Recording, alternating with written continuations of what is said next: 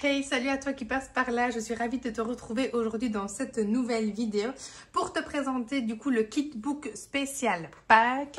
Je vais donc vous expliquer comment le construire mais également les différentes activités et comment les adapter en fonction de l'âge de votre enfant. Pour le constituer, c'est très simple, vous avez donc le PDF à télécharger directement sur la boutique Mini Belette et celui-ci est constitué de deux parties. La première, ce sont les planches, donc ce que j'appelle planches, ce sont les pages sur lesquelles vous allez scratcher les accessoires.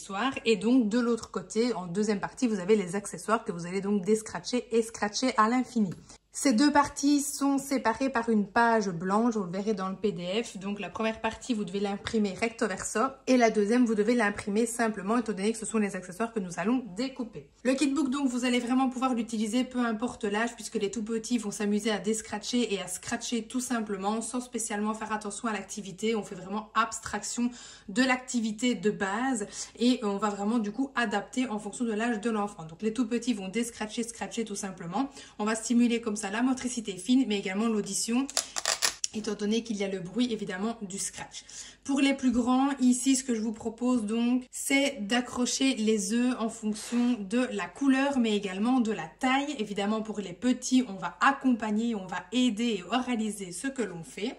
En deuxième activité, je vous propose ce qu'on appelle en logopédie des suites logiques. Donc en fait, c'est simplement remettre les images dans l'ordre pour raconter une histoire. Donc ici, c'est l'histoire de l'œuf qui se fait manger et on doit le remettre évidemment dans le bon ordre. Pour les petits, de nouveau, voilà, on déscratch ou on rescratch ou simplement, on s'amuse un petit peu avec les différentes tailles de papier. Pour les moyens, on va utiliser le modèle pour aller remettre la bonne image sur l'œuf. Donc vous pouvez aussi mélanger les images qui sont ici. Et pour les plus grands, vous pouvez cacher le modèle. On ne prend que les cartes, on les met sur la table et on essaie de les remettre dans l'ordre en expliquant la logique évidemment du pourquoi c'est d'abord celle-là et pas celle-là. Idem ensuite avec des petits lapins. Je vous propose ensuite d'associer un œuf à un lapin en fonction du motif. Donc par exemple le jaune avec des ronds va ici et ainsi de suite. De nouveau, les petits s'amusent à déscratcher, scratcher. Les plus grands essayent de réaliser l'activité. Ensuite, nous avons des petits lapins qui attendent une carotte. Donc, vous allez simplement donner une carotte à chaque lapin. Pour les plus petits, c'est toujours la même chose. Pour ceux qui peuvent réaliser l'activité, eh bien, on essaye de mettre la carotte à chaque lapin. Vous allez pouvoir ici travailler également le dénombrement puisqu'on va pouvoir compter le nombre de carottes et de lapins. Vous allez également travailler la conservation, c'est-à-dire que l'enfant va se rendre compte qu'il y a autant de lapins que de carottes. Et vous allez également pouvoir travailler avec les plus grands à l'aide d'un dé ou simplement vous allez lancer le dé et voir combien de carottes vous devez donc donner. Ensuite, je vous propose deux petits memories, un avec des œufs et un avec des lapins. Donc là, vous retirez simplement de la pochette et alors vous le faites évidemment sur la table. Vous avez 12 images dans chaque. Je vous montre un exemple. Pour utiliser un memory avec des plus petits, vous allez par exemple mettre les images sur la table, donc une de chaque. Voilà. Et on va montrer le doublon à l'enfant. Donc par exemple, on va lui montrer cette carte-là et on lui demande de trouver le même.